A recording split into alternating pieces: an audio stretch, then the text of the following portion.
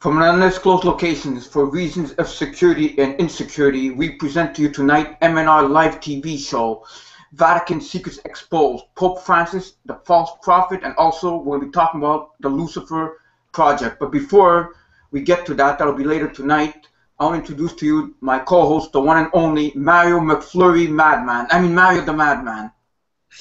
Robert, you know, it's getting out of hand now. I know. This is really getting out of hand. Here, you know what I mean? I'm having coffee too. And look at my mug. Look at my mug of coffee. You like it? Listen, this show is not about mugs, not about coffee. But it's anti-Illuminati right there. It's about exposing. It's about getting the word out. Speaking of anti-Illuminati, this show is brought to you and broadcast by the Montreal Anti-Illuminati Task Force, the Resistance, in collaborations with 12160.info. That's what I have to say about this. As every week that I have to say that. And tonight, when we're talking about the Vatican Exposed, we've been studying the Vatican for a long time, and we do know that they have a lot of hidden secrets and everything's interconnected to something even bigger, which we're going to be discussing tonight, aren't we?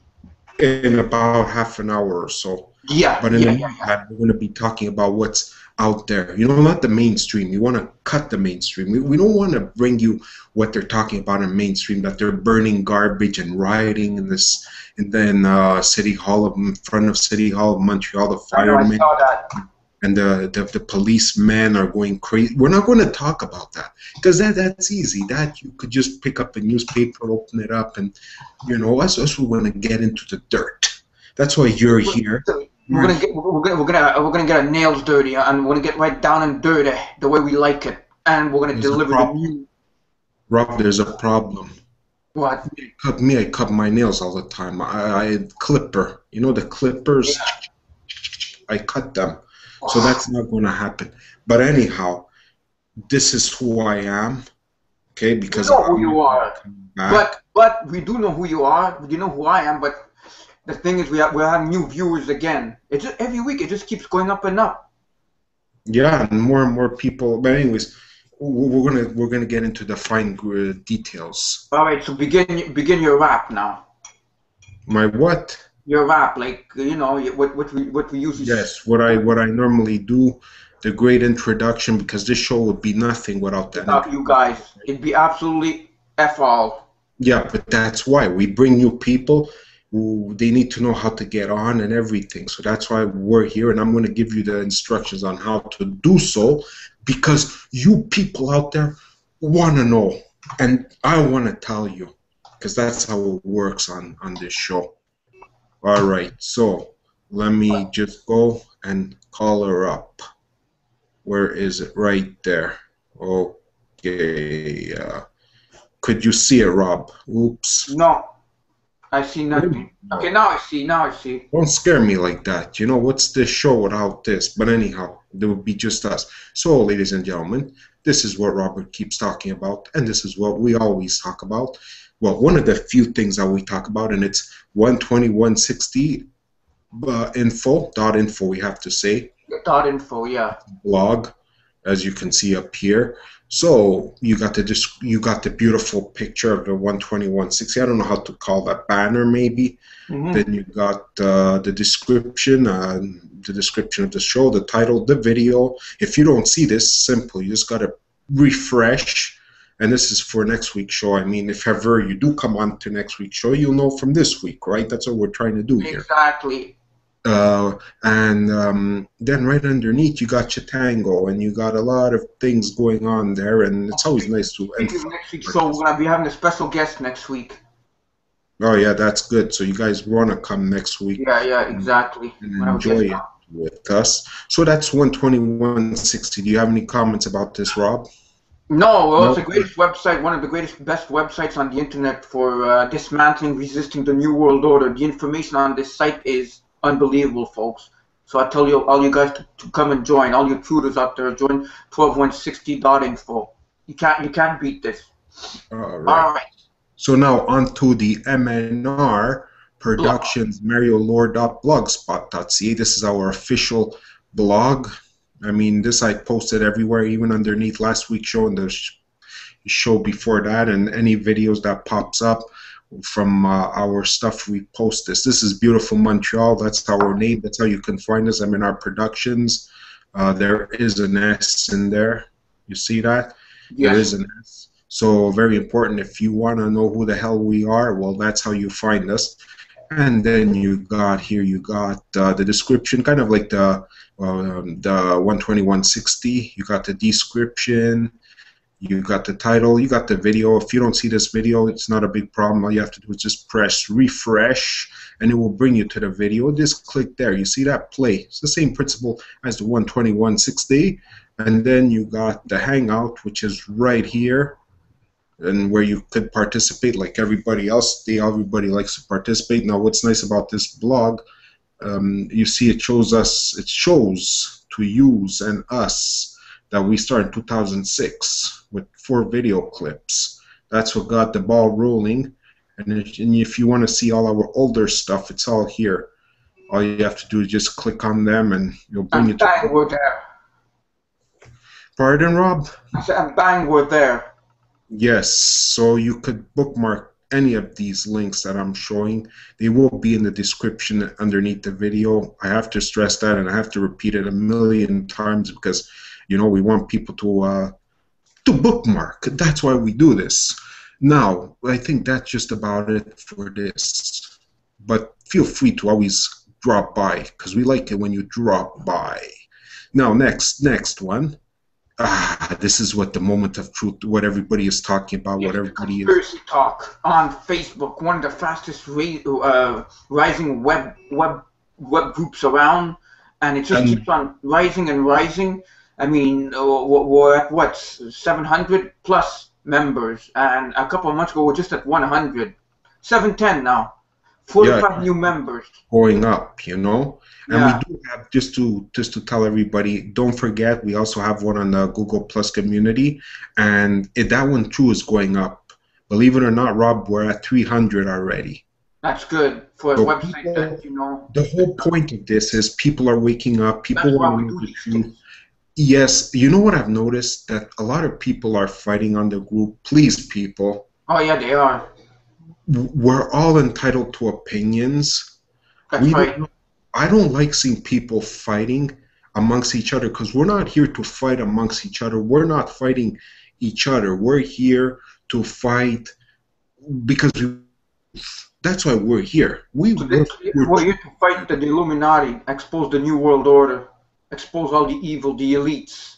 So please take it easy. Don't take things too personal. You know, I mean, I just, like I always say, it's all water underneath the bridge. But when you come on this group, you know, just, you know, I like hearing what people have to say, definitely. But, you know, take it easy, man. Don't go too crazy, you know. But anyhow, don't take it personal. That's what I'm trying to tell you. You could take it crazy, but don't take it personal. Just opinions. So this is it. If you want to know how next week's show, which it always appears here at the top, just click here, and you just click here, and it'll bring you to next week's show. And then there's a lot of people doing all kinds of stuff. You know, like I have to look at these videos. I have to see what they're all about. And I gotta stress to everybody: do look at these videos.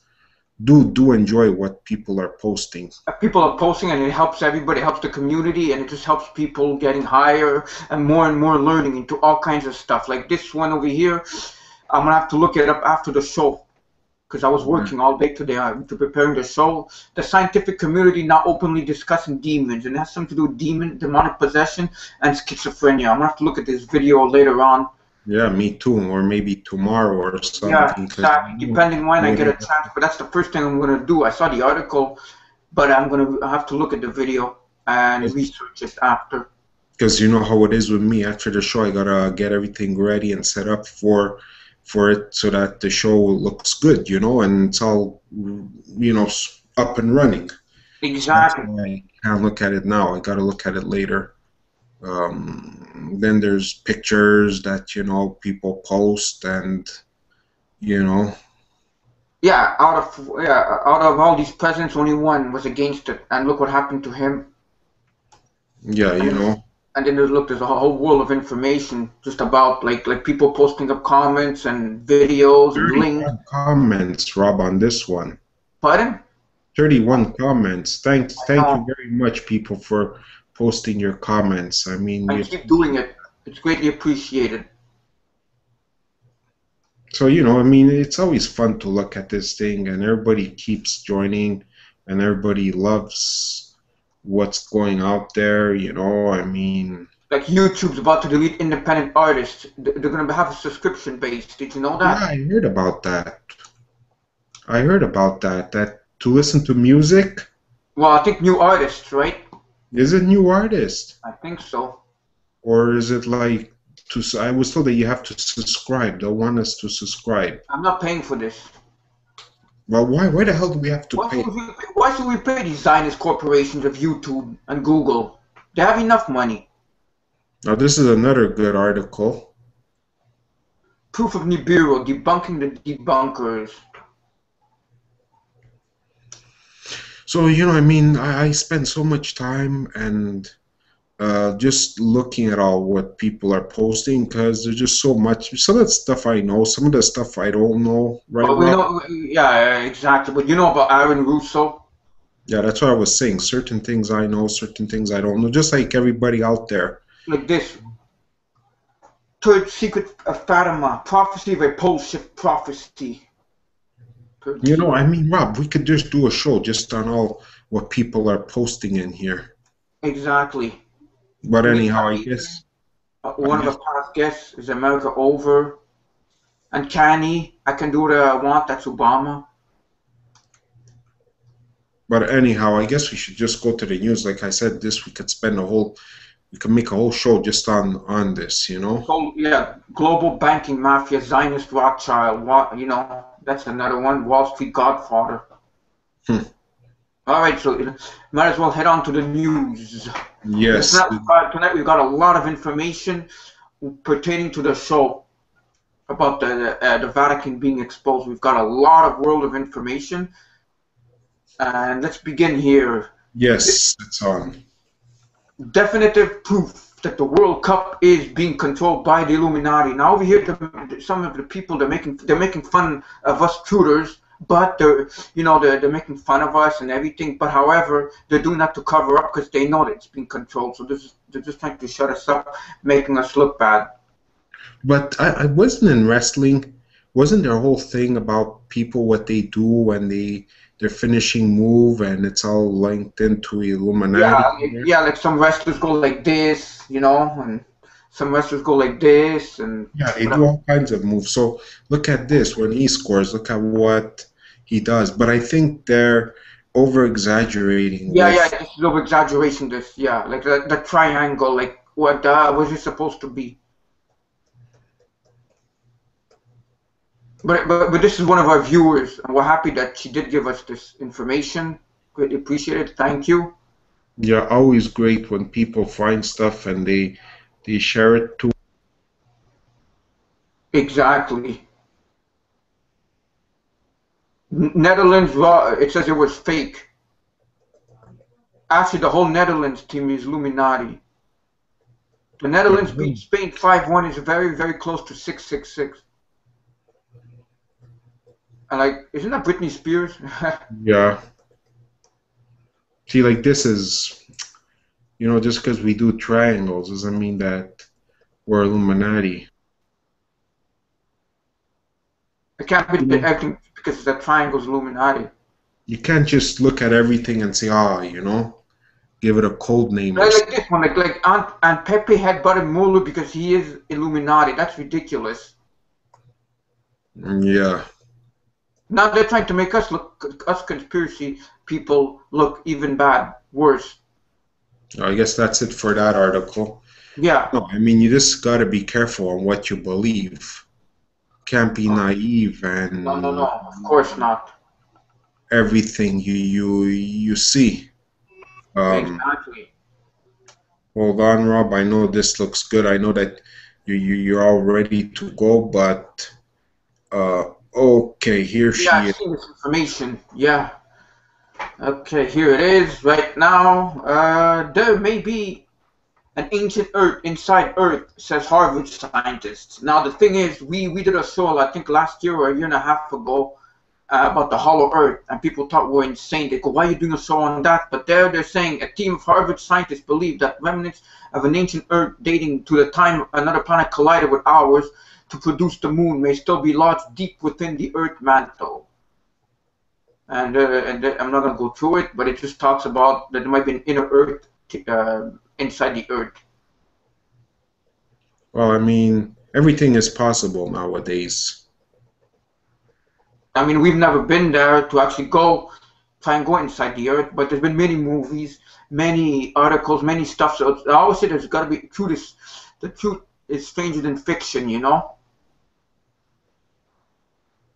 And it's a wonderful article if you want to know about this, and it was published June 13th. Yeah, not too long ago, but I just brought that up because I seen it. You know, that was more the headlines. Yeah. You know what? Now I do got a lot of juicy information for everybody. So brace yourself.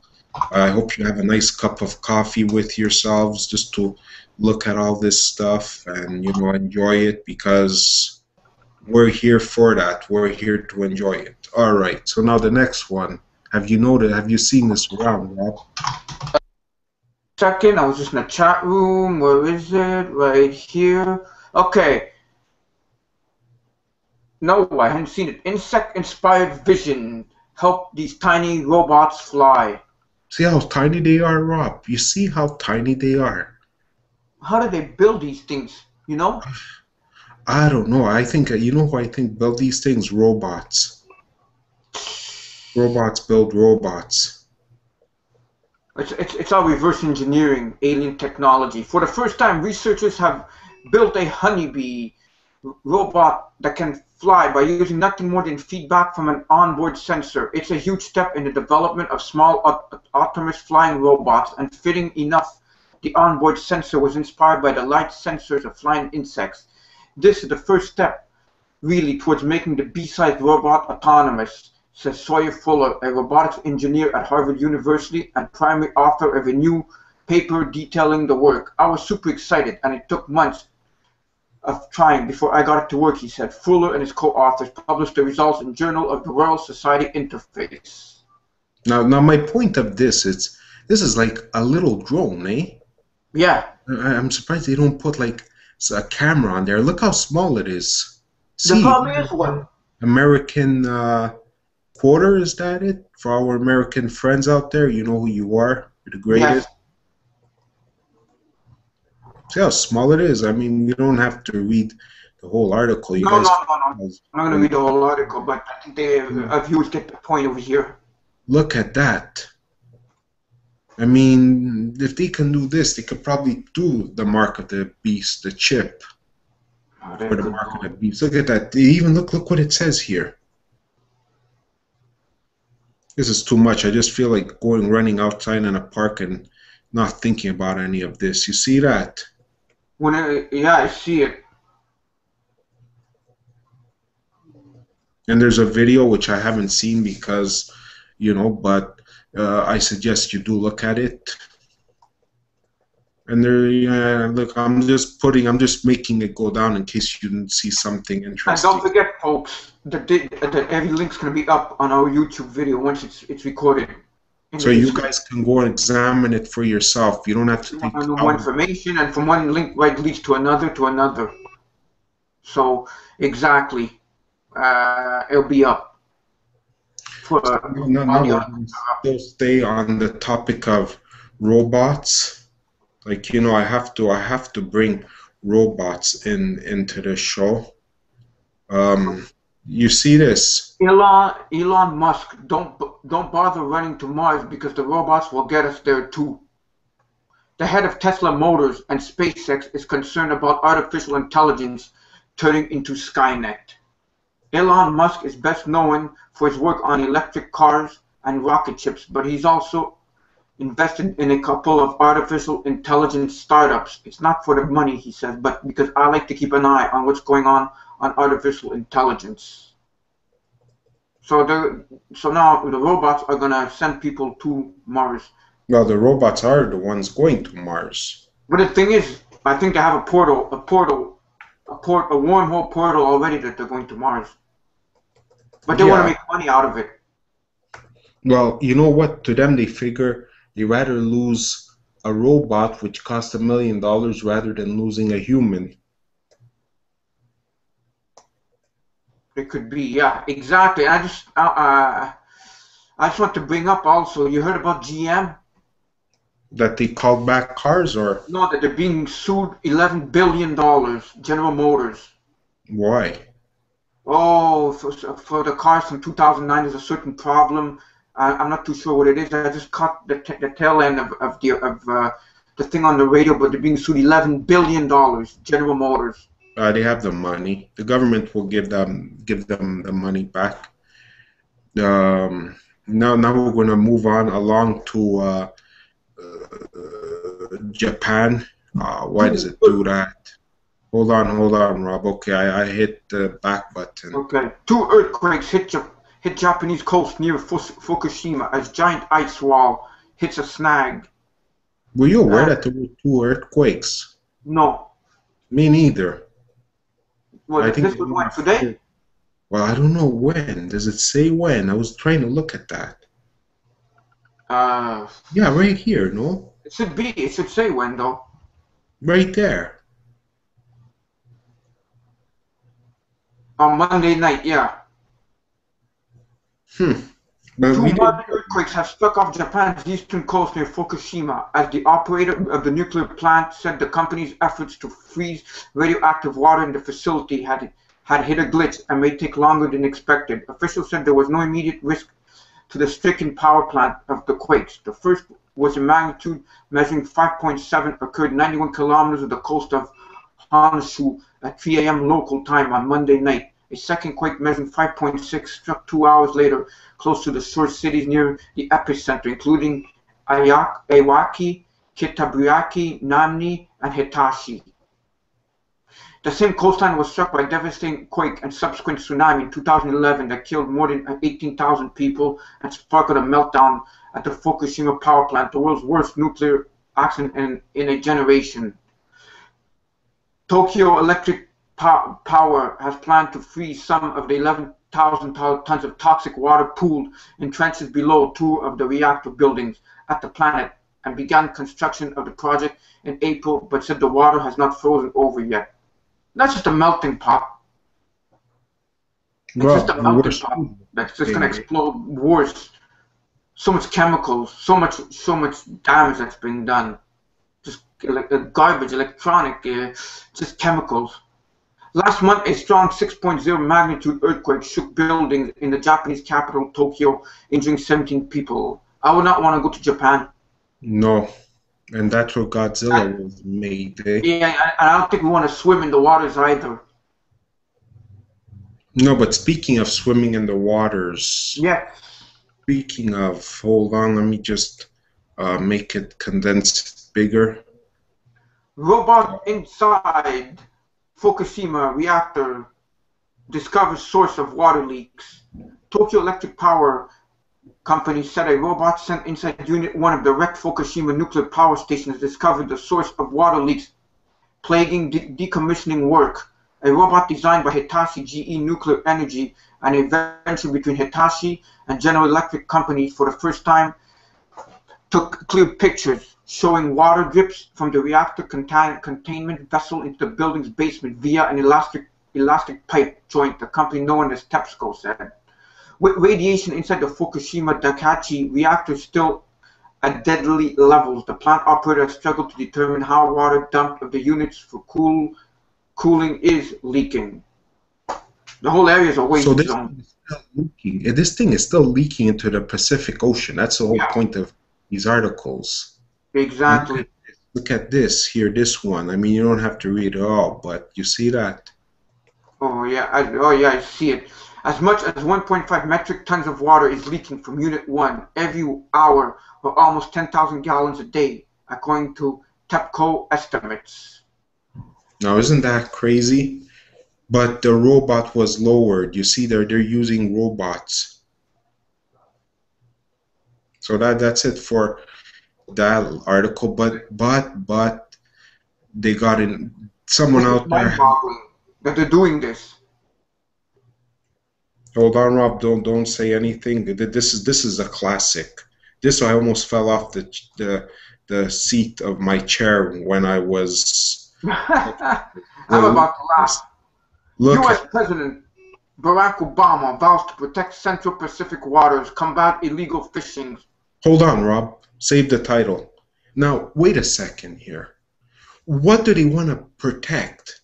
Like Pacific Central water. What are they talking about? Are they talking about the Fukushima? But they don't say anything about Fukushima in this article.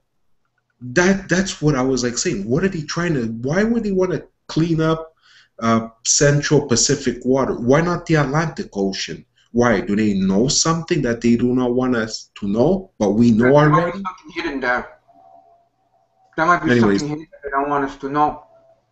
Leaders from more than 80 countries have gathered at the State Department for a 2-day conference, uniting scientists and industry experts aiming to draw up an action plan to clean up the world's oceans. We all know how fragile our planet can be, Mr. Obama said.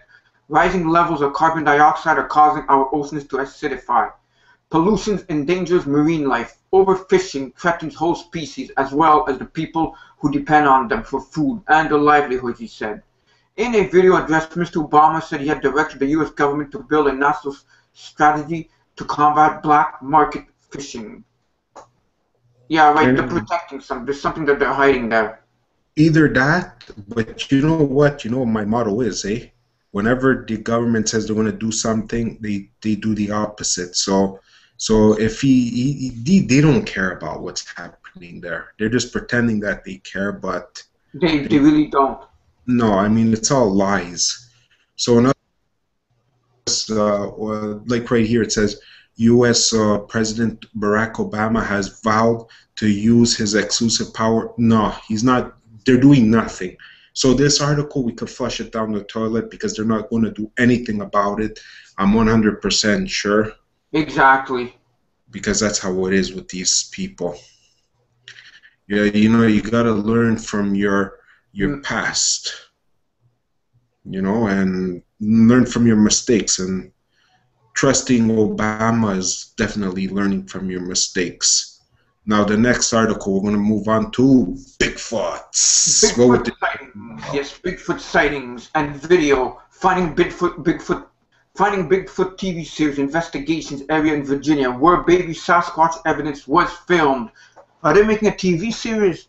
It looks like. That's why I posted this. Great, because I love watching these types of things. Like I'm always watching Ancient Aliens, you know, but this will be different. Perhaps the connection. It is like Ancient Aliens. Exactly. It's a connection. Finding Bigfoot, a TV series on the Animal Planet in which 4 researchers interview people who claim to have seen Bigfoot, took a trip to a wooded area in Virginia where outdoor columnist claims to have taken a picture of a baby Sasquatch. Each week on the show, the researchers set up reenactments of the sightings to prove the existence of Sasquatch. On the June 15th episode, the team decided to explore Pulaski, Virginia, for 1 week in search of the mythical creature. Since most Bigfoot sightings occur when camping, the team set up a campsite and used normal sights and sounds to try to lure a Sasquatch. In addition to clanging pans, the team tried out a new technique using Bigfoot figure with light-up yellow eyes, the Examiner reported. Now, you know what I want to know? How big is a Bigfoot? Like the feet of a Bigfoot, how big is it? Am I close to it with my 13-inch feet, or it's actually small compared to a foot of a Bigfoot? I think it's much bigger. Know the answer to that?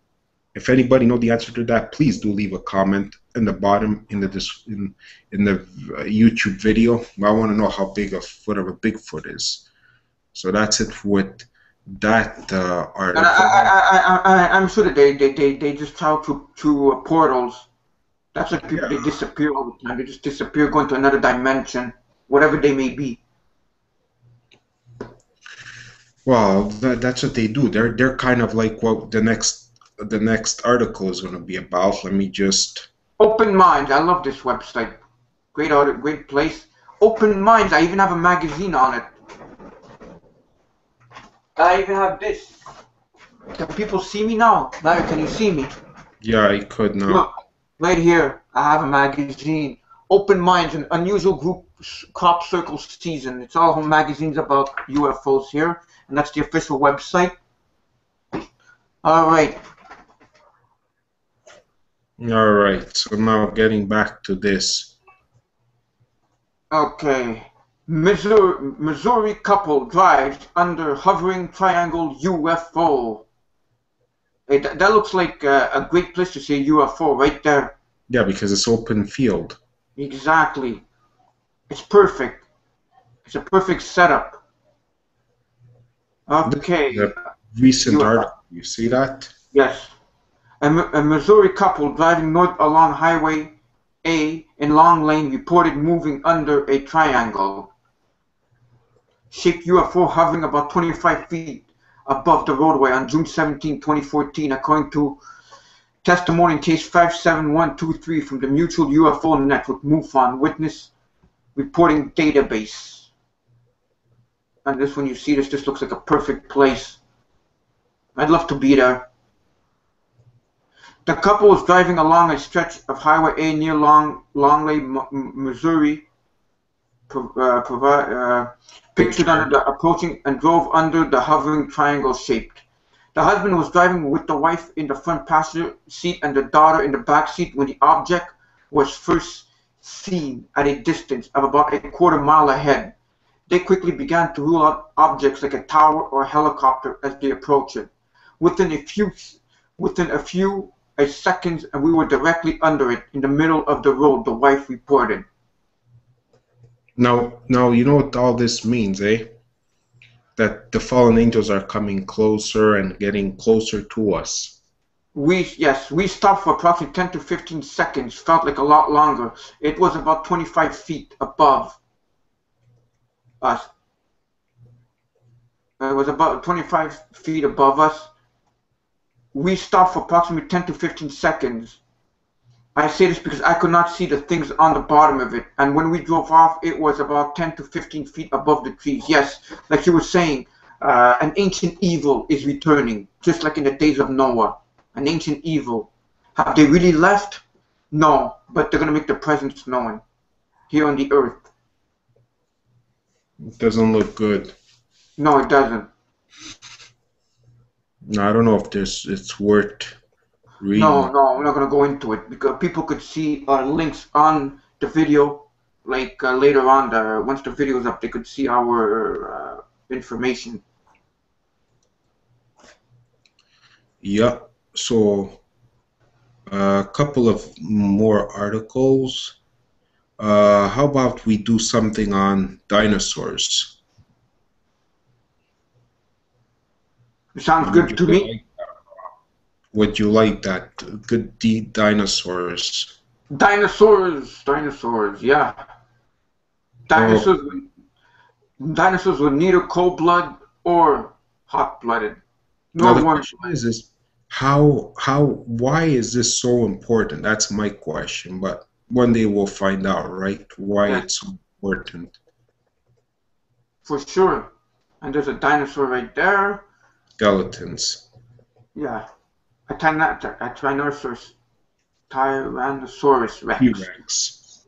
Just like the bowl of porridge in Goldilocks and the three bears, it appears that dinosaurs' body temperatures may have just been right. New research published Friday by the University of New Mexico postulates that dinosaurs were not cold-blooded creatures as previously believed, yet not warm-blooded like mammals either. Instead, the study claims that dinosaurs were Mesothoremic, an intermediate stage between the two.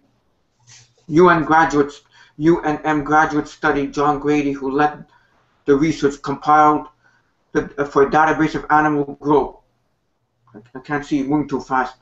Oh, sorry. And then I can't read, I got lost. I don't know what it was. Animal growth required more energy and possessed higher body temperature. Yeah, exactly. So, We don't know. I mean, why is it so important, this? What, I they're don't know. cold-blooded and warm-blooded, like at this point in time? That's what I want to know. Is it because they're working on Jurassic Park? Oh, they've Ah, been working on that a long time ago. Oh, for sure. You but don't know what they've been working on. I'm not talking to you, I'm talking like to the audience, the first-time audience. now speaking of Jurassic Park, speaking of which, I'm not talking about the witch, but I'm talking about Jurassic Park. You see that? First look at Jurassic World dinosaurs, sort of. I see. It's going. Yeah, nice picture right there. Shadow of dinosaur looms over pavement.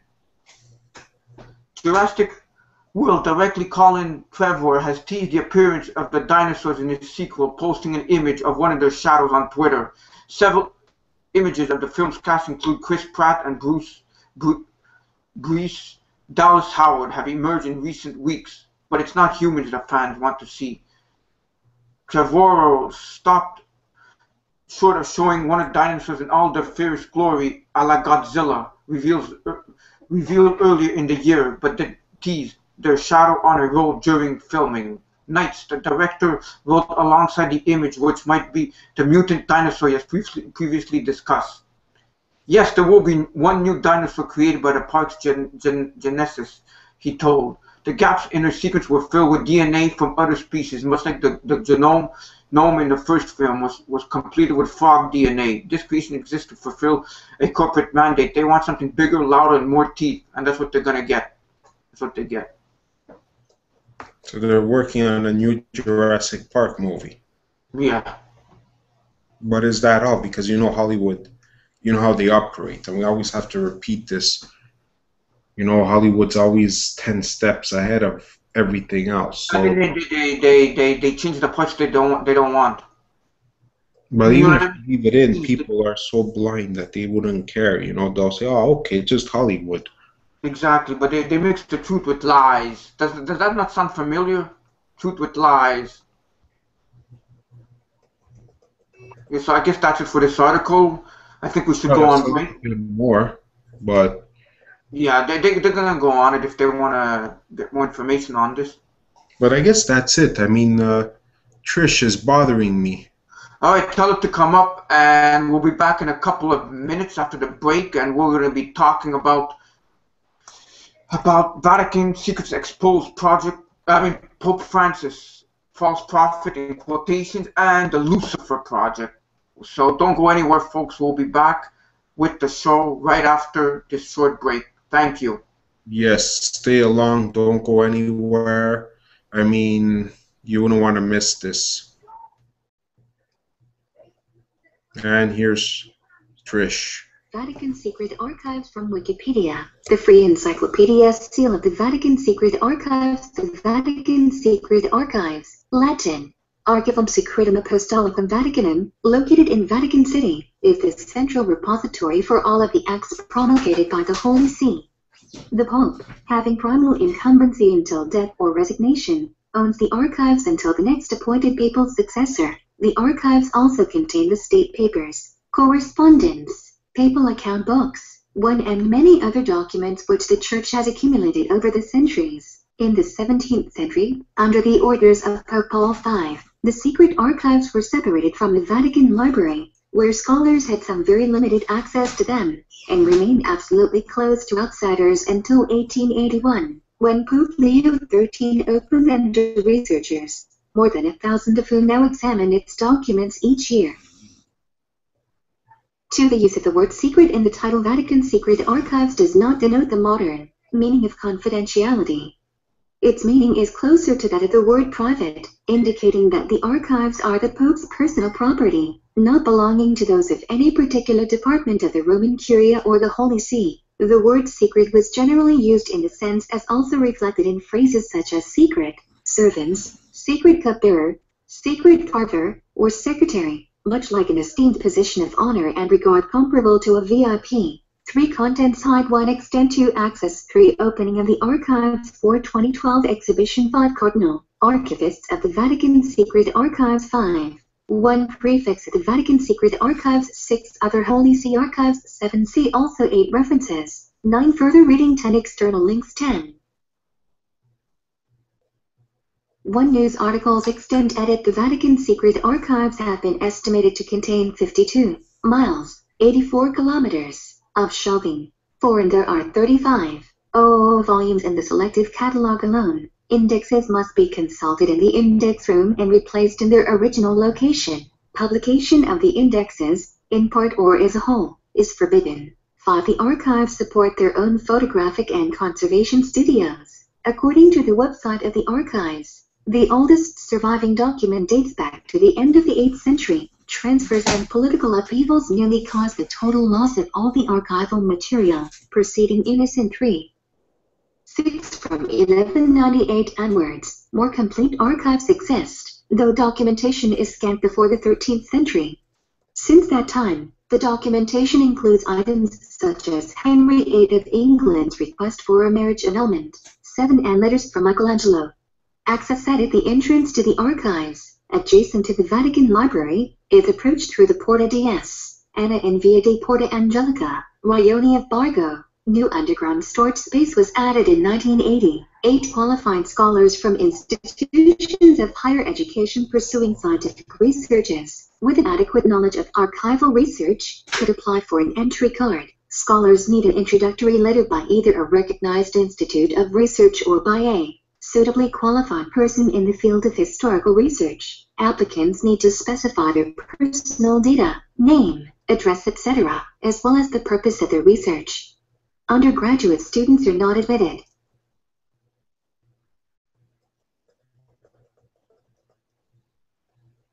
Oh, that's it. Thank you very much. Thank you, Trish. Always a pleasure to have you on talking. Yeah, she was talking a lot up there, and the Vatican. We're going to be starting the show now, the real show, the main event, talking about the Vaticans and what they're hiding. And we're going to be trying to expose the secrets of the Vatican, Pope Francis, a false prophet, and the Lucifer Project, which some of you don't know, but you will know after the show is over. So there's a lot of stuff to know tonight's show. Well, yeah. Well, you know that they're hiding a lot of stuff. They know a lot more than what people think. The Vatican. It's not something. It's like they have their own country, by the way. It's like a country, the Vatican, for people that don't know. Yeah, I know. So. All right. So. We go for the first article. Yeah, once you get it, it'll all be good. Well, I have it, but I don't know. I don't see what this has to do with oh no, this is from the. Oh, I must have make. Yeah, I don't know what this is about. It's okay, folks. He'll get it straight very soon. I mean, I do. This was supposed to have been for the news, but so sad. I want to talk about this. I think this was from. Oh, that sucks. It happens. You know, I missed it. It's okay. It's all right. No problem there. We're going to be talking about the Vatican, and there's been a lot of people always asking me questions about the Vatican. So I said, all right, we'll do a story on the Vatican. So this is it. Yeah, Secrets of the Vatican exposes moral crisis facing Catholic Church's new Pope. And this was a couple of months ago, this information here, and as soon as we're able to get it down, there's a video here which we can't play. It's a great video. But why would we want to play the video when we're doing a video? No, not us. Yeah, but some people could play videos during a video, but we're not going to do that. The Roman Catholic Church is enjoying some of its best press in decades, and hundreds of thousands of alienated Catholics are returning thanks in large part to the new and in some cases revolutionary leadership of Pope Francis. But says a new document by PBS Frontline, Secrets of the Vatican, the morally wrenching controversies that threaten to destroy the Church's credibility starting about the time Pope John Paul II died in 2005 have not fully subsided. Further, the success of Francis' papacy will depend on how quickly and thoroughly he addresses them. Secrets of the Vatican airing tonight at 9 p.m. Eastern Standard Time on most PBS stations. Check local listings. Took an uninspiring look at the state of the Church. Pope Francis inherited from his predecessor, Pope Benedict, successor to Pope John Paul II, and the first head of the Church to resign in 600 years. 2012 was an annulus horribilis for Benedict. Anthony Thomas, the producer, writer, and director of the film for the Frontline, told Yahoo News in an interview. Everything was exploding. He wanted to clean up the Vatican Bank. He was in a very difficult predicament all the way through. A horrible year on many fronts, not just with mounting evidence of financial impropriety at the Vatican Bank, but also with incidents of sexual abuse by clergy spreading to more than 20 countries and further exposures of church hypocrisy and homosexuality. Two of Benedict's most significant moves were to publicly reframe the Catholic Catechism, in effect its rules of practice, to emphasize its reference to homosexuality as an objective disorder, laying groundwork to, among other things, remove gay clergy. At the same time, reports emerged from Rome of a gay mafia inside the church that included some of its top officials who were unafraid to wield power, political, at the same time live an openly promiscuous gay life. There was a lot that came to light, including a man who was, as it were, providing choir boys as rent boys. Yeah, so I'm not going to keep on going and going, but for this article, but it really talks about what's been going on behind this vile church, if you want to call it, and it's just beyond words. It's just like, I don't know. If this is the Church of God, it's sure not acting like it. Well, for me, I find like they're criminals. How could they do this stuff? And get away with it. Rob, do you have a dog? No, I don't have a dog. Not anymore. It's a dog outside, about 3 blocks away. It's probably enjoying the MnRTV live show, I guess. Exactly. My windows are open because it's kind of hot right now. Not too hot. It's okay. We hear the birds, we hear cats, and now we hear dogs. All right. This is quite a big article, eh? Yeah, we're not gonna go on it, but it talks about you could see it more about sexual stuff and kids and that. I don't want to read it because it gets so me dark. It's what? It's so dark. The Catholic Church. Not all the people. I'm talking about the heads. Exactly. Well, we have a Jesuit as a priest, as a pope. There he is. Right there. Yeah, we'll see more pictures of him as the show goes on. Yeah, so I don't know, man. They're really crooked. They're corrupt, and nobody seems to do anything about it because people just want to have something to believe in. And they believe all the wrong things. All right. So the next piece of information. It will be and here she is. A Frontline documentary exposes the Vatican secrets under Pope Benedict. So see, this was under Pope Benedict. So he retired. He left. There's more reasons to it than they're saying. Man, usually you're supposed to die, you know. Yeah, exactly. In a new Frontline documentary, Director Anthony Thomas goes inside the Vatican to reveal the secrets of the institution. When Pope Francis became head of the Roman Catholic Church nearly a year ago, many Catholics around the world were expecting change. Pope Francis was even named Time Magazine's 2013 Person of the Year. Last week, Pope Francis announced a major overhaul of the Vatican's outdated and inefficient bureaucracy, including a package of reforms and economic policies to monitor the Vatican Bank, long seen as the institution wrought with corruption and scandal. So wait, before I go down one again to show more, is MNR ever going to be named Time magazine's 20 whatever per people of the year or something, or organization of the year? Of course not.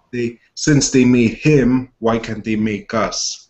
Because they're not going to, they don't want us to expose the truth. I mean, who owns Time magazine? Isn't it Time Warner? Yeah. Who was Time Warner? Ted Turner, a long time ago. Okay. A new Frontline documentary exposed just how bad things have gotten in Rome. Secrets of the Vatican, which airs on Tuesday nights, looks an in-depth look at Pope Benedict's papacy. The documentary examines the years of scandal, over clergy, sex abuse, corruption at the Vatican Bank, power struggles, and cronyisms with the Holy See. It finds that clergy in Rome were frequenting gay bars. Can you imagine that? They're openly going in bars. That doesn't surprise us. Yeah, the director, writer, and producer of the documentary, Anthony Thomas, spent a year investigating the secrets of the Vatican. He believes the mounting problems combined with the ailing health of Pope Benedict led to Benedict's dramatic resignation, an action not taken in 600 by a pope in 600 years. They happened on his watch, and it was very unfortunate, Thomas explained. He just couldn't cope with it anymore. According to Thomas, Pope Benedict had considered resigning in early 2012, but was pressured into postponing his resignation by Secretary of State Cardinal Tarcisio Bertone. That decision, Thomas said, was before the Vatican leaks thing got really serious and before the scandals came out. Oh yeah, so it just revealed one thing after another, Thomas said. Cronyism, pedophilia, financial misconduct, all kinds of things within the Vatican Cura, the Vatican's bureaucracy. So there you have it.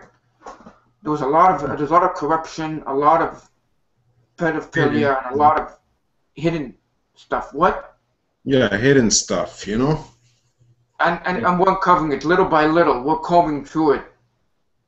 Like, why are they hiding everything? Damn Freemasons. Who else hides everything? The government, probably. Oh yeah, NASA. Why do these guys all hide these stuff? Like, why are they always hiding? Never a straight answer. Yeah, let that be said. Because they're all working for the same corporation. They're all working for the same people. The final act of the documentary explores the repercussions for Pope Francis, who inherits the problems and was tasked with solving them. Thomas believed one of the main differences between the two popes is strength. Pope Benedict was a good man. Yeah. Right. He was a pious man, but he just didn't have that strength, which I think Francis has, Thomas says. I think Pope Francis has got amazing vitality, and it's not just talk. He's created all kinds of changes within the first year. There is a video, 32 seconds of it. I guess that's it. After that, it's all comments. Exactly. So there we go. Pope Francis is unlike any other pope, that's for sure, and his work is not done. No, it's not. The Pope, the devil, and the Masonic Lodge. There we go. There we go. And you were just talking about them before. And they worship the dragon, who gave power unto the beast. And they worship the beast, saying, "Who is unto the beast? Who is able to make war with him?"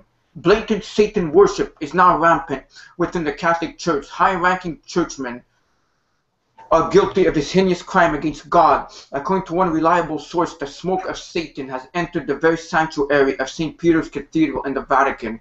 Mind-boggling though it may be, priests and bishops alike are known to have taken contract oaths to serve the devil, signed in their own blood. Did you hear what I'm saying, Mario? In their own blood.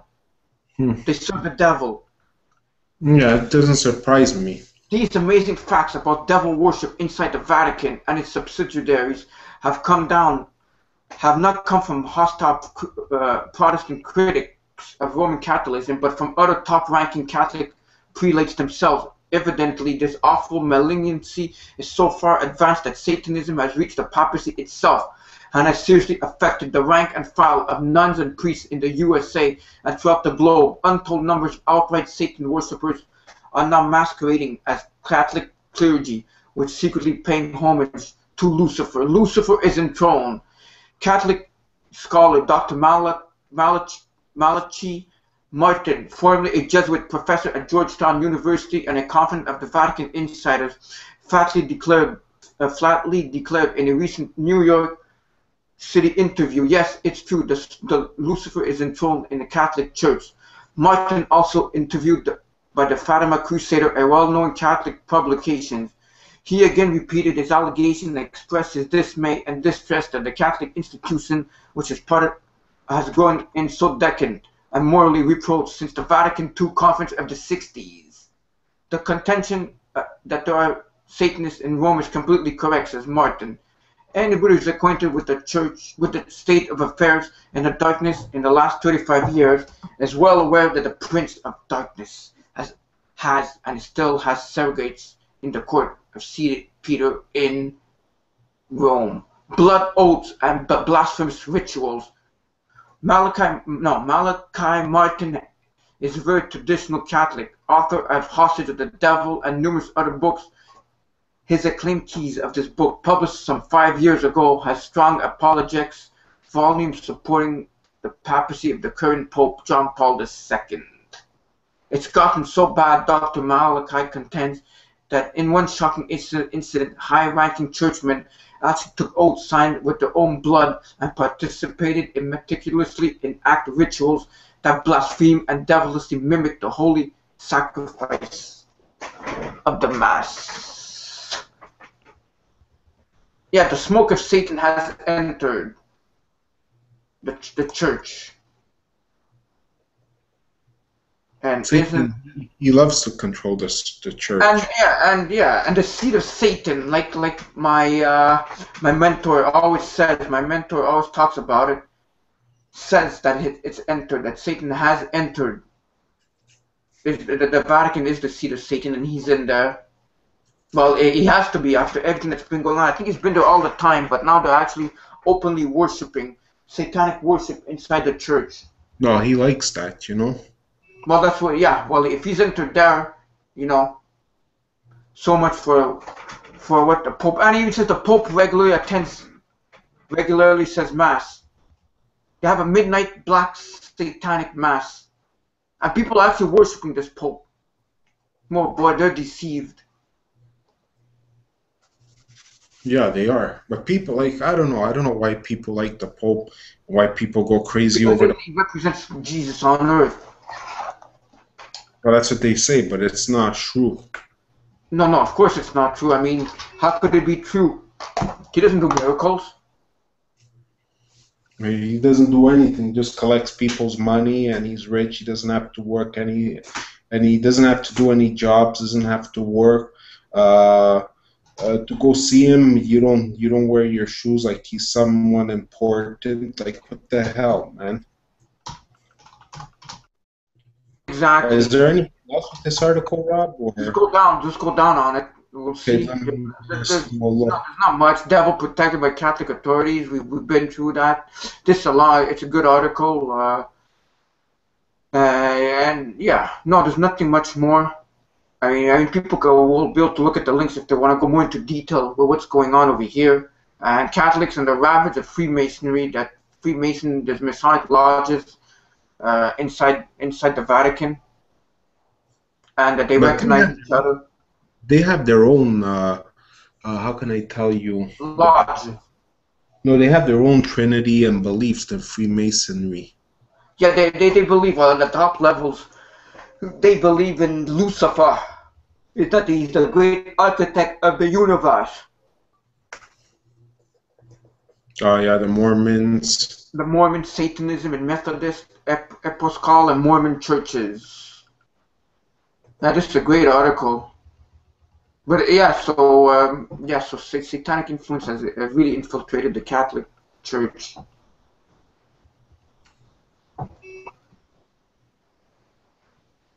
I think, yes, 666 is rising fast. The Pope, his Vatican, and its hierarchy are preparing the way for the corrupt beast. They, as well as their non-Catholic helpers, are opening a creakway doorway to the ultimate evil. May God have mercy on their soul.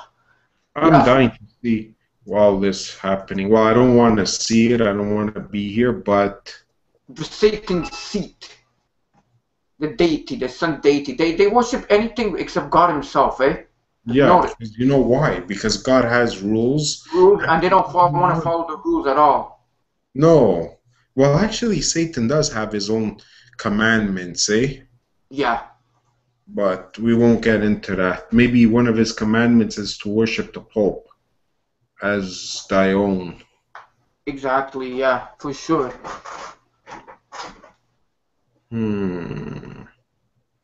Yeah, so that's it for that, or that piece of information. Satan's seat.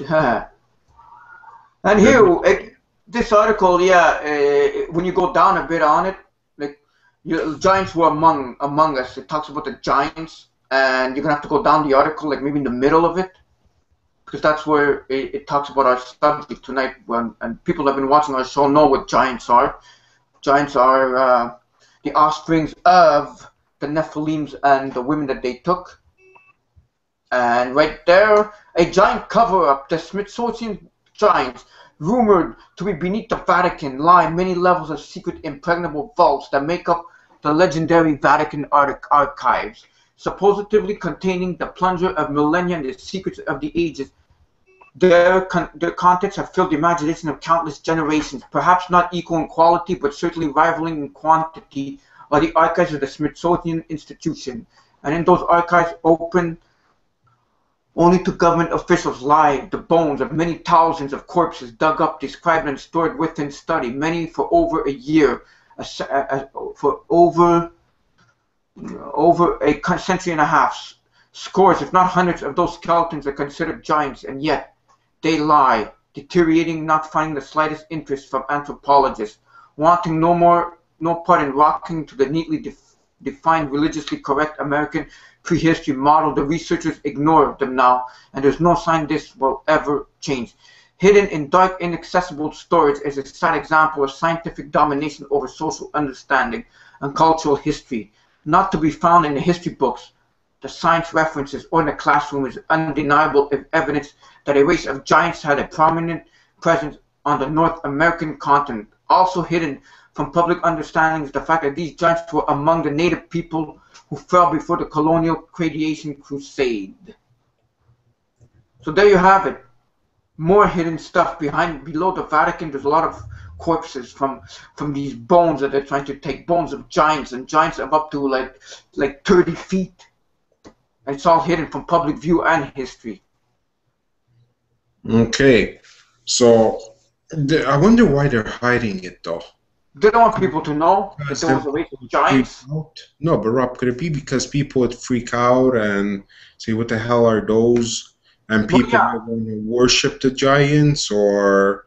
Well, they're the ancient gods of mythology, these giants. And why we're talking about giants, because we often talk about giants, and that the fallen angels have mated with the daughters of man and had giants. Now, these giants, when they died, when God wiped out in the flood of Noah, these giants became evil spirits, disembodied members, disembodied spirits, with known as demons today. And the reason we're talking about why, what does this have to do with the Vatican? Because the Vatican, beneath the Vatican, there's bones of giants that have been discovered, and they're all hiding it. They're keeping it away. They don't want the truth to be known of what there is. No, they don't. They don't want people knowing. And this is a great link if you want to know more about tribes of the giants in the Bible and around the world. That's a great website. It'll be up later on for you folks to see. Okay, the next thing. Under the Vatican, Revelation the Beast. This report may be the most shocking and troubling you will ever read. Most people will write it off as a wild fictional fantasy of no substance. Yet, if you consider the events presently occurring in the world and have an understanding of esoteric matters and how subconscious belief systems intertwine with mythology, you will do well to find the story serious consideration. This report hangs on two important sources. The first is a vivid and repetitious dream shared with me by a woman who experienced them in the 1960s. The second is a new revelation this week by the Abba Father, which explains the woman's dreams. The crux of the story is that there's a great beast or dragon type, a creature that lays that lays chained and asleep deep in the catacombs under the Vatican. This creature is so mentally powerful that it controls all world governments and financial institutions. This beast, which has been on our planet for thousands of years, is the real force behind all of the wars, chaos, and troubles that have been made this planet in constant disaccord and in an unbalanced state throughout known human history and beyond. In a cryptic message this week, the Abba Father told of the one that is hidden is the priority of the Vatican that must be revealed. This is the way of the others that do harm to humans. This is their leader. The deadly ones cannot live without this one. This creature was described by the Abba Father as a lizard-like being that is very accomplished in all languages, all politics, all money, all material things, all foundations, any monetary gains, religious belief, masters of mind control, starts wars, puts people in the office all over the world. A very powerful being there. All-knowing kings and queens use this energy to stay in power. No one stops, but this. No one can stop this. But now is the time for the revealing. The Abba Father says. Did you hear about this, Mario? No, I never heard. This is the first time. It's very fascinating, isn't it? And we'll go down the article, because this information should be well known. Mankind is not ready for this exposure, but money is being the enemy, now corrupting all who worship. Only way to put back love is the revealing of this one. Right about this one. Don't wait, events will come. The healing of minds and hearts cannot take place as long as this remains a secret. So there's a creature below in the Vatican. Pardon? This is mind-boggling. Yeah, and it says it's successfully captured and chained by the Lumerians, a race of humanoids that lived on Earth and developed an advanced culture long before the present humans were here. So that goes on into another category, the Lumerians, the humanoids, Lumerian history that existed, that lived on Atlantis, the previous gods. So this over here has something to do with all of this creature. It's like lizard-like, I'd say almost reptilian.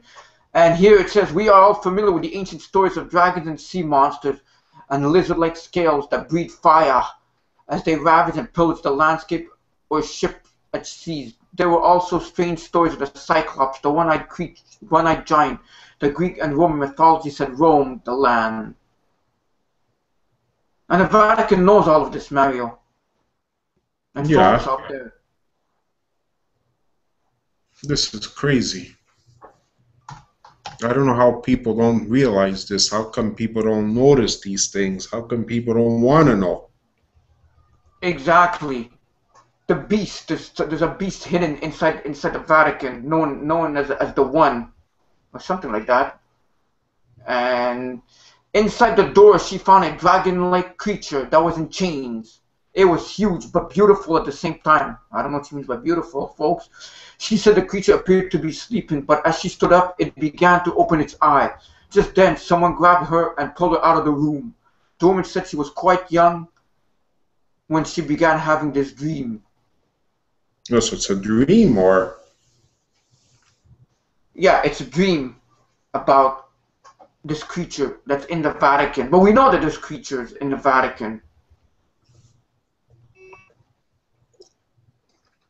I wonder why they chained up the dragon. There must be a reason why they chained it. It's all chained up. Well, they don't want it to come out. It even talks about the Mormon temple and the Masonic temple. If the Abba Father timetable is correct, the floor of the vault where the creature lies chained is much older than even King Solomon's temple. Pretty interesting article. Wow, so this dragon, so he was walking around the earth. Yes. Way before. Oh yeah, definitely. That's for sure. Why did they capture him? What, could they have killed him? There's got to be a reason that we don't know why it's still there. There's so much hidden under the Vatican that it's unreal. And you even said it in 2012 that there's giants hidden inside the Vatican. Now this is like some kind of dragon, and I know how you feel about dragons, don't I? Well, I mean, they say they're bad, but how bad are they? Well, the Bible talks about the dragon, the serpent, Pope Francis, and here we have, going on further along our exposure in the Vatican. Pope Francis unites Israeli and Palestine presidents in prayers as they plant an olive tree together in the Vatican gardens.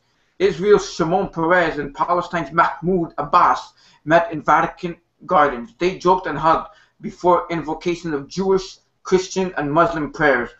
Pope says peace-making calls for courage as much more so than warfare. The Pope waited in the Middle East peace process last night and uniting the leaders of Israel and Palestine through the power of prayer during a tranquil sunset summit in the gardens of the Vatican. Political and religious differences were put on one side last night as President Shimon Peres, Palestine President Mahmoud Abbas joked and hugged at Francis Vatican's residence before attending an al fresco invocation of Jewish, Christian, and Muslim worship. In a meeting that better resembled an outdoor summer wedding than a diplomatic parley, the three men passed along a receiving line of guests mingled on the dawn of the serene harmonies of string assemblies. So the three major world religions are all uniting in one, and he is trying to unite all the religions, and look who's in the middle. The Pope himself. Exactly. Right there. And look, now they're doing some kind of worship right there. They're planting something. They're planting trees. And look at the guy on the right hand side. He looks like a wizard, don't you find? Well, that's it should say here who it is. Yeah, but he does look like a wizard, doesn't he? I think isn't that like a Greek priest or something? Yeah. But he looks like a wizard, like if you know what I mean. Yeah, that's how they dress up. Yeah, or it's unorthodox. Pope Francis unites Israeli and Palestine presidents.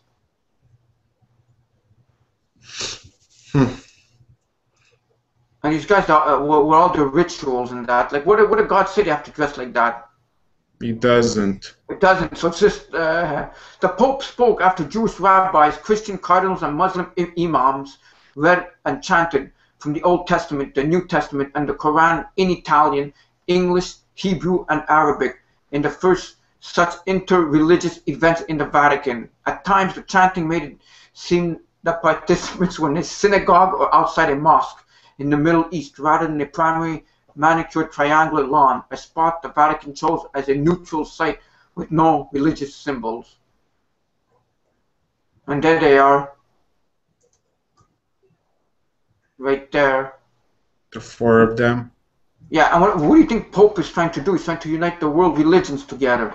Yeah, look at his face. Look at that. He looks very happy now. It's as if he's saying, yes, I'm doing it, I'm doing it.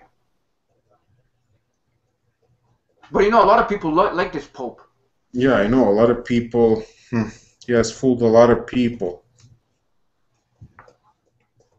And it just goes on the article. We're not going to read it all because it's a pretty long article right there. But at least, like they say, folks, a picture's worth 1,000 words. And there you can see what's been happening. Because don't forget, in order for them to do the peace process, they have to do something spectacular in order to, once they start the peace process and the 7-year treaty is signed, that's it, folks. 7 years before. It's going to start with the religious peace, making religion all one. Exactly, yes. The government and military, money-wise, monetary, but has to start with the religion. We're so close to the end times, it's not funny. We are in the end times. I mean, really close to the end itself. But the thing is, also, Pope Benedict didn't do this. When he was in power, we never heard of this as much as as now. What he's doing, we're actually seeing it. And here's an article from your good buddy Alex Jones on Infowars.com. Mario Alex. Oh yeah, Mr. Mr. Jones. But this is from February 24th. But is Pope Francis taking steps that are laying the groundwork for the emergence of a one world religion? If the question sounds quite bizarre to you, I urge you to read the rest of the article. We live in a time where globalization is advancing rapidly. The global economy is more. There he is. Who, Alex Jones or the Pope? The Pope. Yeah. Yeah, right there. Go down, go down. The global economy is more integrated than it has ever been before. And with each passing year, new economic treaties tie us even more closely than before. And global governance, as the elite like to call it, is steadily gaining ground. Through a whole host of global institutions such as the United Nations, the World Bank, the IMF, and the Bank for International and Settlements, global governments are working together to a degree that is unprecedented. Well, what about the religion? Is there evidence that we are witnessing the globalization of religion? Well, yes, there is. In fact, it appears that Pope Francis intends to lead the way. Since he has been Pope, Francis has expressed a desire for unity with the Eastern Orthodox, the Anglicans, and many other major Protestant denominations. But more than a few eyebrows were raised when he recently sent a video message to Kenneth Copeland and his congregations. At the time, the video said the message was played by the congregations. The Church, the Catholic and Charismatic renewal is the hope of the Church, explains Anglican Episcopal Bishop Tony Palmer before a group of cheering followers at the Kenneth Copeland Ministries. Palmer said the words from the Vatican before playing the video message from the Pope to Kenneth Copeland. Palmer told the crowd, "When my wife saw she could be Catholic and charismatic and evangelical and Pentecostal, and it was absolutely accepted in the Catholic Church, she said that she would like to reconnect her roots with the Catholic Church." Do you see what this is saying, Mario? They're saying they were all in one. Catholics, Pentecostal, evangelicals, and everything, all in one. Do you see what he's trying to do? Yeah, but Rob, I see it even in church. I'm always told by someone in particular, that in Pentecostal, they're doing a lot of things more and more like the Catholics. More and more like this. Yeah, their traditions. I mean, Pentecostals never used to do Christmas. Now they're all doing Christmas, you know? So Christmas is a pagan Catholic holiday, and that's what they're doing, and it's all coming to that. I mean, it doesn't shock me. This does not surprise me one bit. But it's just getting more and more. Well, it's in the end times. We're living in the end times. What can I tell you? People all laugh. These guys are saying we're living in the end times. I say we are living in the end times. People have to start waking up. You know? But they're not. They're not waking up to what Pope Francis is doing. Now, is there more, Rob? Well, yeah, go down more, but there's not like that much more. But it just talks about Pope Francis is courting. He's thanking the aggressive Muslims, and he's trying to make peace with them and understand them. And apparently, Pope Francis believes that Catholics and Muslims worship the same God. No, he's wrong. It's not the same God. You see, Christians believe that Jesus Christ is God. Muslims hate this doctrine and say there's no God but Allah. So how in the world can Christians and Muslims worship the same God? The only way that you can say this is if the God of Christianity are not the same. They aren't. They're not the same deity. Jesus Christ wasn't just a prophet. He was everything above. Everything. Well, he was God in the flesh. Yeah. Who created the universe. But they don't say that, you know. Pardon? They don't believe that. They don't say that. They believe in Allah, and that's it. And the problem is, the Pope is saying it's okay. The Pope, like I told you, we can never look up to man because man doesn't know any better. Man is flawless, unlike God. That's why these people and I keep repeating myself, don't look up to the governments. Governments don't have the answer for you. Exactly. For sure. All they Salvation. do is they tell you lies. What do you think the Pope is in the end? The Pope took over, the church took over from the Roman Empire. Yeah. That's what it is at the end. So it's Salvation. Exactly. Salvation, or at least a short stay away in purgatory. Now you have to go up. yeah, you were reading something. Okay, right there. I was Yeah. getting carried away. Salvation, at least a shorter stay in purgatory, might now be only a tweet away, with news that Pope Francis is to offer indulgences, remissions for temporary punishment to the faithful who follow him on the social media. To follow him. Not, he doesn't say to follow God, but Jesus, to follow him on the social media. It's like as if he's proclaiming to be God, that he can forgive sins. He can't. But you know what, Rob? Our gods, Jesus Christ, we don't need Twitter. We just gotta pray. It's even better than depending on this technology. But you can't. It's ridiculous that the Pope could forgive sins. He can't. He's a man like anyone else.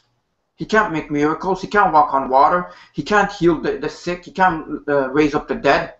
No. Not that I know of. He will be judged one day. That's if he's even human. Exactly. Some kind of a hybrid, like all the rest of them, politicians and, to be on Rolling Stones magazine, I posted that picture up a while ago. Remember that? Of what? He was on Rolling Stones magazine. Yeah. I mean, even if they asked us from MnR, I would say no. I don't want to be on there. We're not jokers. We're the truth. We're seeking the truth, and that's what we want. Exactly. Now, the next great piece of information right here: Pope Francis warns the global economy is near collapse. Like, what does he care? I thought he was supposed to be into religion. He knows what's going on. His handlers know. He knows what his handlers are telling him to say, and he's just telling them what's going on so that they could follow him more, I'm sure. The global economic system is near collapse, according to Pope Francis. An economy built on money, worship, and war, and scarred by yawning inequality and youth unemployment, cannot survive, the 77-year-old Roman Catholic leader suggests in a newly published interview. We are excluding an entire generation to sustain a system that is not good, he told L.A. Vangoria's Vatican reporter Henrique Zimmerman. Our global economic system can't take it anymore. The pontiff said he was especially concerned about youth unemployment, which hit 13.1% last year, according to a report by the International Labour Organization. The rate of the unemployment is very worrisome to me, which in some countries is over 50%, he said. Someone told me that 75 million young Europeans under 25 years of age are unemployed. That is an atrocity. That 75 million is actually the total of the whole for the whole world, according to the ILO. But that is still too much unemployment, youth unemployment. Pope Francis denounced the influence of war in the military of the global economy. Particularly, we discard our whole generations to maintain an economic system that no longer endures a system that to survive has to make war with the big empires have also done, he said. But since we cannot wage the third world war, we make regional wars, he added. And what does that mean? That we can make and sell arms. And that the balance sheets of idolatry economies, the big world economies that sacrifice man at the feet of the idol of money, are obviously cleaned up. Finally, the Pope commemorated Thursday's kickoff game at the World Cup, a global tournament that has so far cost nations Brazil at least $15 billion and it sparked violent protests by the country's disenfranchised poor with this message to its 4.14 million Twitter followers. I wish everyone a wonderful World Cup played in the spirit of true fraternity. Pope Francis, June 12, 2014. That is so sad that he actually went there. You know, as much as I love soccer, you know, it's fun, pastime, it's good exercise and this and that, running around. But why would a pope want to go to Brazil and do what he did? Exactly. Shame on him. I know I'm surprised if Argentina goes far. Argentina because of the Pope. Who knows? Have you thought of that? Who really knows? Yeah, that anything. Listen, right now Spain is out. Anything is possible. You know. And now the other article right here: Uncanny Pope. Uncanny. Pope's coat of arms. Backup prophecy. There's a beautiful video here, but we can't play it. Sorry, people. But you guys could later on, not now, after the show. The 900-year-old prophecy of St. Malachi that predicts Pope Francis, the 112th pontiff in his specific line, will be the last pope. The last pope applies labels to each Catholic church, many of which strikingly coordinate with each man's official coat of arms. In the WND films documentary, The Last Pope, based on the book Petrus Romanus, which I have, great book, wonderful. The final pope is here. Experts on the ancient prophecy explains on how many of these models not only match up with the papal symbols, but the men's origin and life experience as well. Malachi was a Catholic saint who lived in Ireland in the 12th century. His prophecy of the popes, it has become to be known, forecast that there will be 112 popes before that time until Jesus made his triumphant return to the planet. The sudden unexpected resignation of Pope Benedict was the spark igniting the new wildfire of speculations due to one simple reason. His successor, Pope Francis, is the last of the line.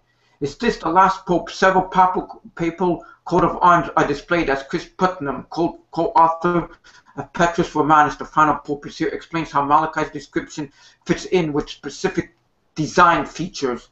Says Putnam of Pope of Paul, the prophecy for him is flores florum, flowers of flowers. Sounds pretty simple, kind of vague. When you look at his coat of arms as Tri Fleur de Lis, this is a French monarchy symbol that means flower of the lily, and that really is the whole coat of arms. My thinking was maybe he saw that coming, and he saw the Malachi prophecy, and he picked his coat of arms to match it. But I did some research. When you become a bishop, you have to have your coat of arms in place. And if you look at the timelines of these guys' careers, most of them are bishops 30 years before they're even eligible to be pope.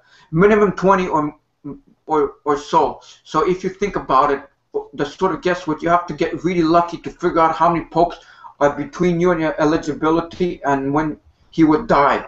And it doesn't seem that possible to manipulate that way. Malachi's prophecy really stunningly seems to describe Paul's coat of arms when it says flowers of the lily.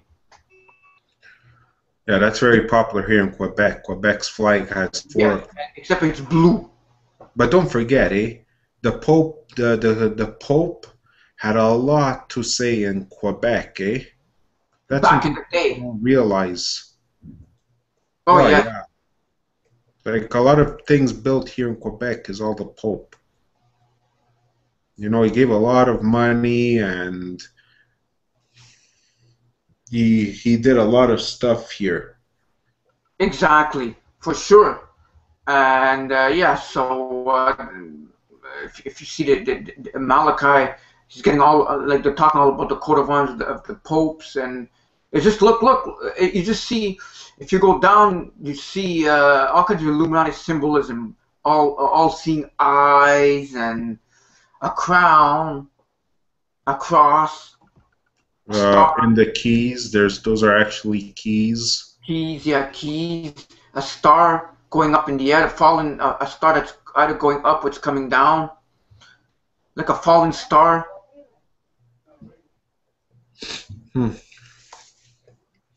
And look at the fleur-de-lis. Look at the fleur-de-lis there. Isn't that like almost Quebec flag? See that?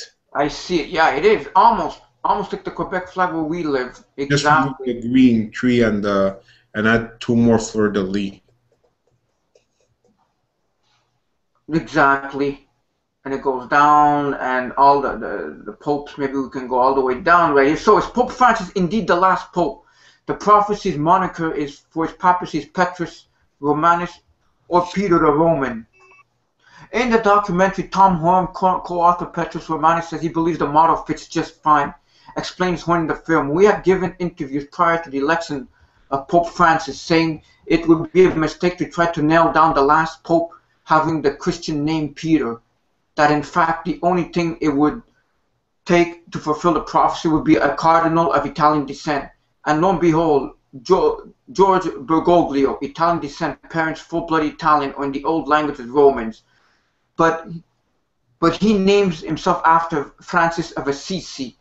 Now this is a Catholic friar who lived in the late 1100s and the early 1200s, but his name of birth, Giovanni di Pietro di Berdoni, Peter. He was an Italian or Old Roman in the old language, a man whose name can literally be translated as Peter the Roman. So take that as a namesake.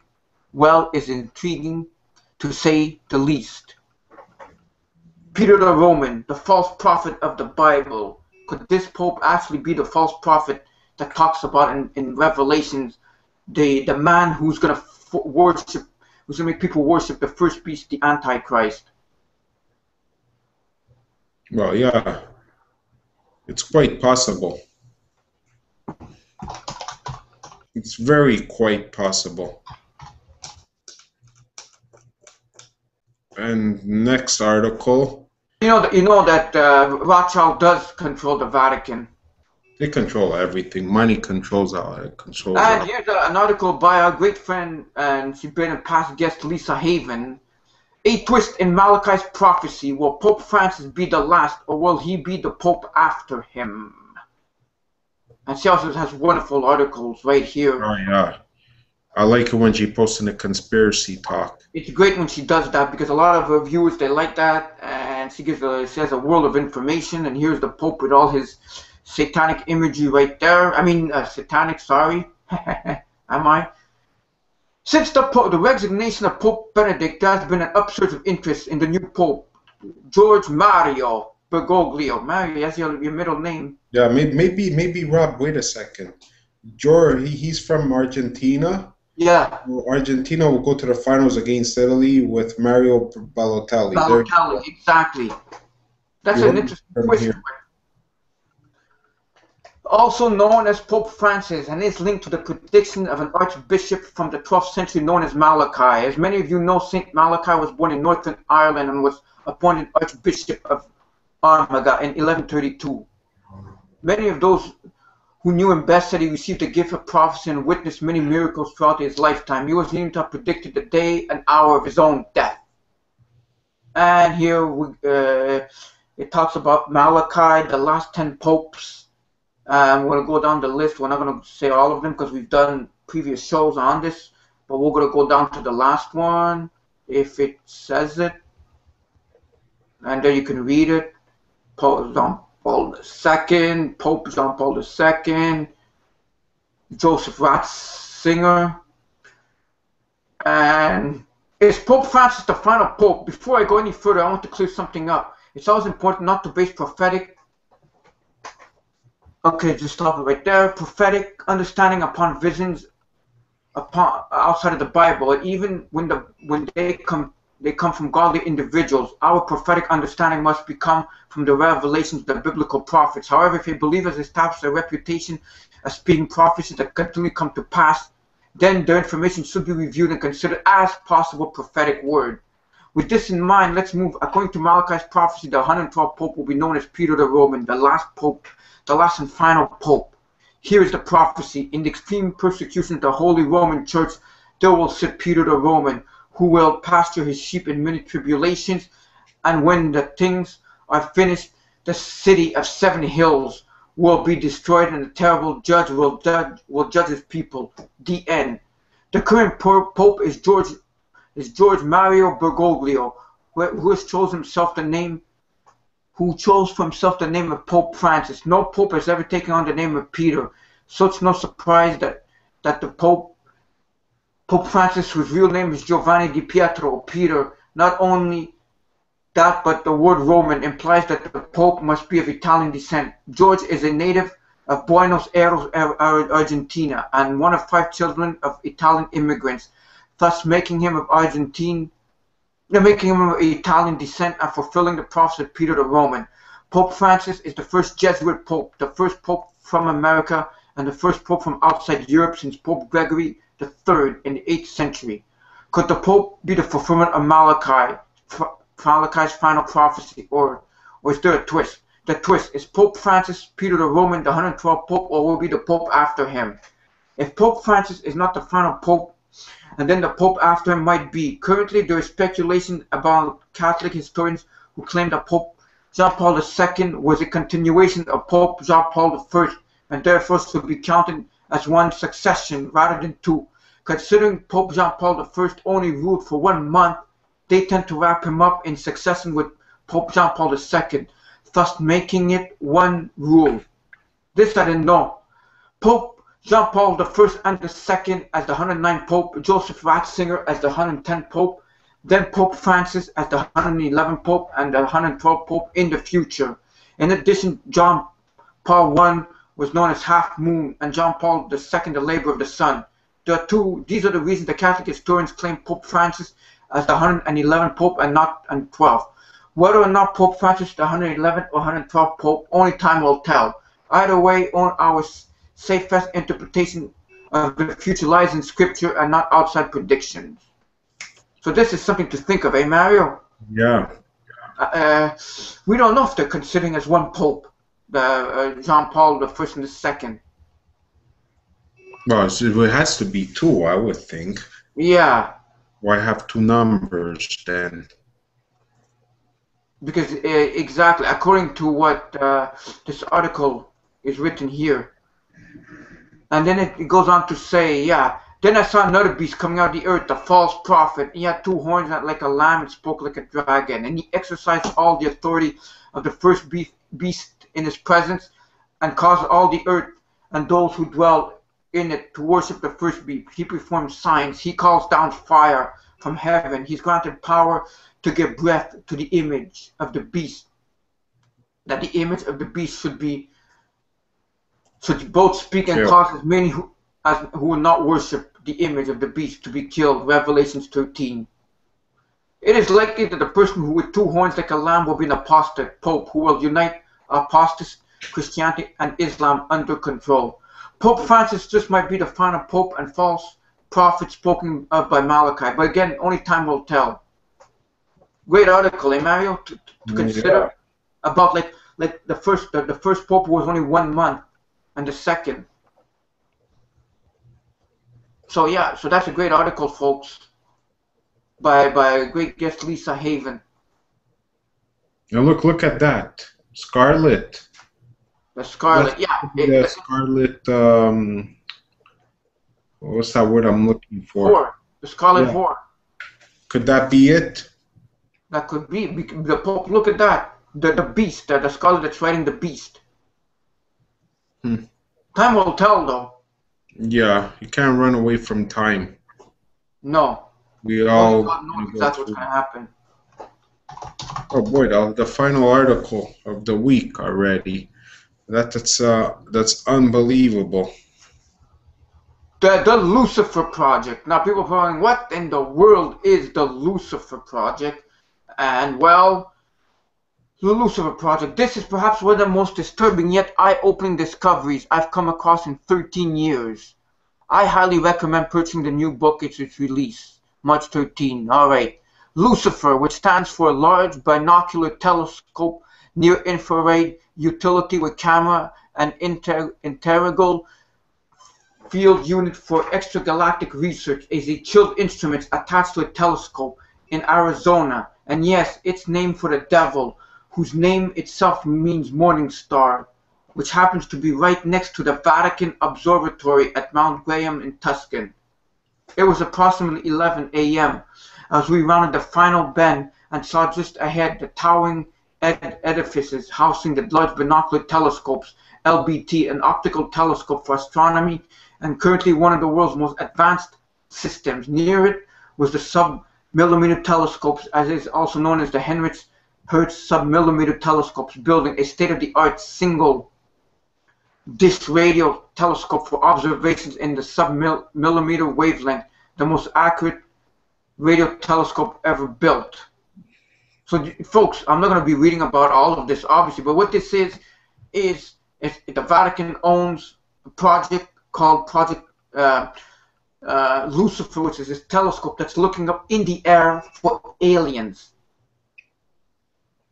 But they already know that we're not alone in this world. I know, but they have it. I guess for some reason they want to know what's going on. Maybe they want to know if they're returning. Maybe they're going to see like a ship coming. I don't know what exactly. For that, I do not know. Obviously, I'm only theorizing, but they're looking for alien intelligence. Maybe that's how they communicate with them for some reason. There's a reason why they're looking. And don't forget the UN, the United Nations has an ambassador ready to greet aliens. And this Pope Francis did say that if aliens do come, he wants to baptize them.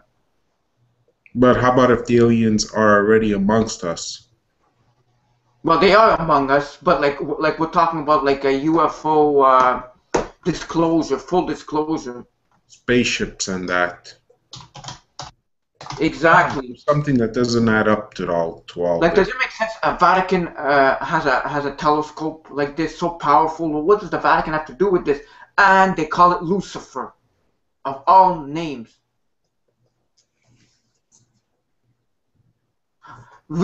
Okay, stop it right there.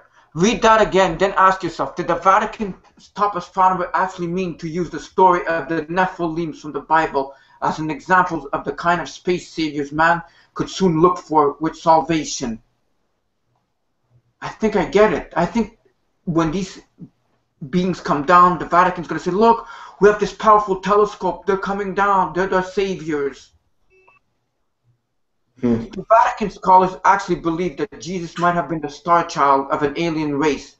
There's Consuelo Magno and or other Jesuits secretly hold that the virgin birth was in reality an abduction scenario in which Mary was impregnated by E.T., giving birth to the hybrid Jesus. And incredible as that sounds, you should prepare for the unexpected answers as the series unfolds. Yeah, they're probably going to say that Jesus was an alien hybrid of some kind. Well, I mean, it's not the first time I heard that. I heard that even on Ancient Aliens and the. Oh yeah. Because I watch Ancient Aliens every Tuesday night. It plays, and we learn more and more about this. And it does talk about this in Petrus Romanus, the book about the Lucifer Project. Jose Funes, who has gone equally far, suggested that aliens' life not only exists in the universe and is our brother, but will, when manifest, confirms the true fate of Christianity and the dominion of Rome. Do not forget that Jesus did say that God's going to send a strong delusion that's going to, if possible, would even deceive the elect.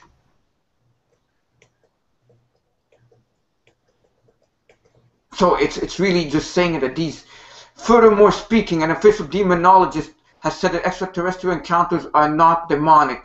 They are not due to psychological impairment, and they are not a case of entity attachment.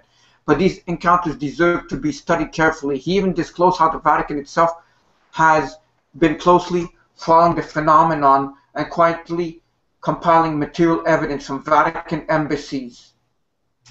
Listen, people, they are not your friends. These aliens are not good. They're not even aliens. Well, yeah, but whatever they are, they're not good. Stay away from them. Demonic. Don't trust them. Like, you know, that's why I'm not giving too much into this, because I know that we can't trust them. And I keep posting stuff about them on the conspiracy talk. So here's a good thing. While on Coast to Coast, AM Radio 1987, Art Bell asked Martin why the Vatican was heavily invested in the study of deep space at the Mount Graham Observatory, we visited. As a retired professor of the Pontifical Biblical Institute, Martin was uniquely qualified to hold his secret information pertaining to VATT. Martin's answer ignited a firestorm of interest among Christians and secular ufologists when he replied, because the mentality among those who are at the highest levels of the Vatican administration and geopolitics know what's going on in space, what's approaching us, could be of great importance in the next 5-10 years. Well, now it's soon going to be 20 years. These cryptic words, what's approaching us, could be of great importance, was followed in a subsequent interview with discussions of a mysterious signs in the sky that Malachi believes was approaching from the north. Yeah, so, and it says to look up in the sky. In the Bible, it does say that men's hearts will fail because of what they see in the sky. Yet, yes, ET life does exist, the Vatican says, but they're just waiting for disclosure.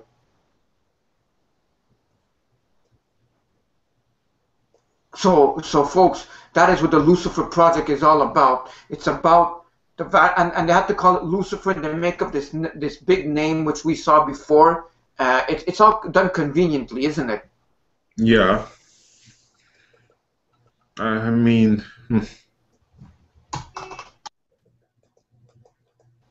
I'm going down. I don't know if there's. Let me know if you want me to stop. Well, just goes down to just a bit more. People can see more of this information. And yeah, so that's it, you know. It just talks about God. It just talks about, for the word spoken to us, not seem to exclude an equivalent aliens. It doesn't talk about aliens in the Bible, the word alien. Extraterrestrials, no. No. Exactly. Yeah, exactly. So, right here. Why has the Vatican Observatory website allowed this caption to remain? Nibiru and Nemesis are hypothetical planets that supposedly return in orbit close to the Earth after long periods of time. They have been connected in modern myth with Planet X, and most darkly with the destruction of planets that some believe occurred during a great war between God and Lucifer, when the powerful angels were cast out of heaven. Yeah, I've been studying this, that there was a great war between God and Lucifer before between Genesis, before Genesis happened, 1 and 2, something like that. And yeah, that's it. In the book of Job, where the prophet details of how God destroyed the literal dwelling place of the angels that made insurrection against him, it specifically mentions the destruction of Rahab. Remember that, Mary, 1998, we studied Rahab. Yeah. In 1998, yeah. A planetary body also known as Pride, from which God drove the fugitive snake, are Rome and other world powers using the Lucifer device to observe. Sometimes the rest of us cannot see something they believe represents this ancient war, or worse, keeping eye out on approaching end times angelic transportation devices, UFOs, something Father Malachi Martin hinted. The latter theory of interest in lights of demonic name of infrared devices. Infrared telescopes can detect objects too close or too far away and faint to be observed in visible light, such as distant planets, some nebulae, and brown dwarf stars. In fact, most of the astonishing UFOs ever caught on film have been recorded with infrared. What has this to do with the arrival of Petrus Romanus, and especially the global leader he will celebrate, is beyond disturbing, ultimately imminent. Read more on the subject of this disturbing deception in the coming books from author Tom Horn. So that's it, folks. We have a lot of stuff going on, and yes, thank you for posting up the Lucifer Project in the chat room for our viewers. This is great. This is a great thing for people that want to know more in the Chatango. Yeah, I just had to post this up before. Yeah, thank you, Susie, for posting this up. It is a great article that people want to know more about this.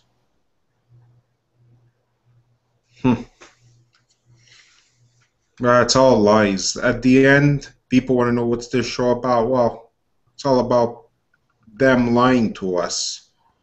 you know, them knowing stuff and hiding the truth from us and leaving us hanging. Exactly. Exactly. So it doesn't leave us hanging, it just leaves the other people hanging. And yeah, so I'm sure there's a lot more Vatican exposure truths that we haven't uncovered, but you know, we could do a 9-hour show just on this alone. But our theme music is up. The Who? I don't hear any music though. But hold on, before the music, I just want to say, so folks,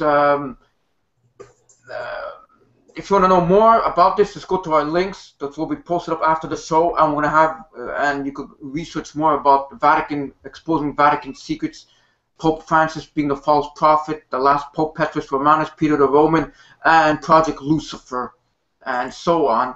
And that's it. Any final words, Mario? No, I mean, I said what I had to say. There's a lot of stuff to know, and it's all worth it for even I should rewatch the show, because there's stuff that, you know, is like you didn't know about the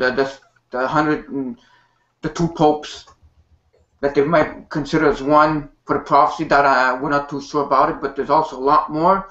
And next week we're gonna have a very special guest coming on the show, and you people do know who this person is, and he's being brought back by popular demand, very popular demand. So we'll have him on. I'm not gonna say who. You'll have to tune in next week, or when I do my post blogging on the Conspiracy Talk. Go on that website, the Conspiracy Talk on Facebook, the fastest rising conspiracy website on Facebook today. So until next week, folks, God bless you, and thank you for coming on the show, and we love you all. God bless you. Thank you. Yes, we salute you for coming on the show. Thank you. We'll see you next week. Have a good night.